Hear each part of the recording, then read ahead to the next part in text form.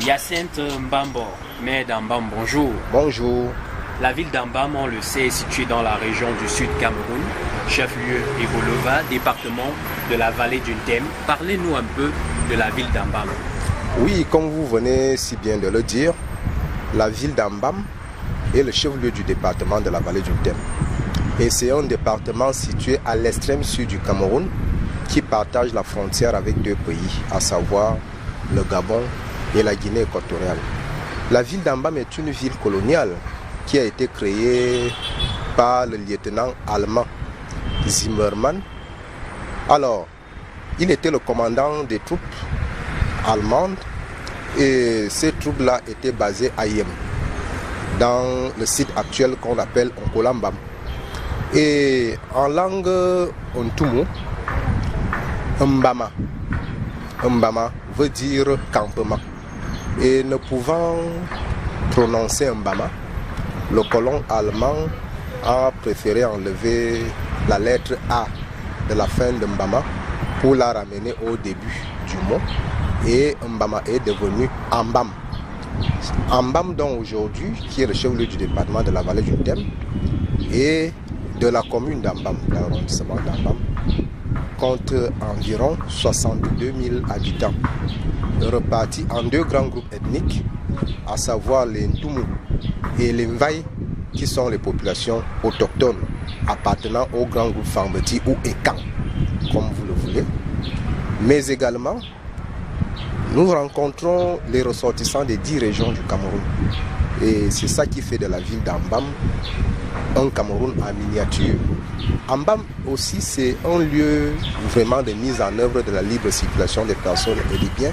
Étant une ville frontalière, nous accueillons quotidiennement des visiteurs en provenance du Gabon et de la Guinée équatoriale.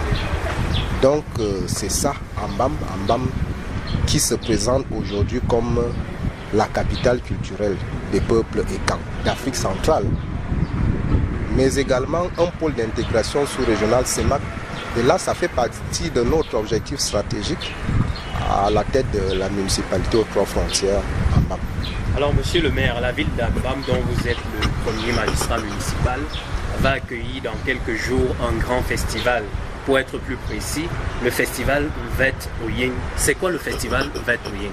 Le festival Mvet Oyeng, c'est le nom que nous avons donné à ce regroupement culturel sous-régional.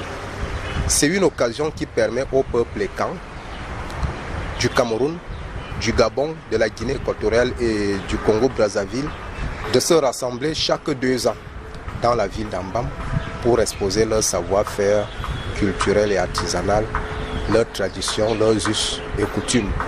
C'est ça le festival Mvet Oyeng. Et pour ce qui est du peuple Ekan, lorsque nous sommes dans la région du centre ou alors du sud, on nous appelle les Madzona ou les Mtekarna. Lorsque vous vous trouvez au niveau du littoral, on nous appelle les Yaoundé. Et quand vous allez du côté de l'ouest, on nous appelle les Nkpa. En fait, c'est donc ce regroupement de plusieurs sous-groupes qui constituent dans le peuple Ekan. Et parmi eux, nous avons les Fang, les Ntumu, les Boulou, les Mvaï, les Movumundene, les Bukuni, les Fong, les Bene, les Tenga, les Akonolinga et la grande communauté Beti dans sa diversité, à savoir les Ewondo, les Etones, les Mangissa. C'est tout ça qui fait le peuple Ekan aujourd'hui. Alors, monsieur le maire, le Mvet, on le sait, c'est un instrument de musique patrimoniale propre aux Fang Beti.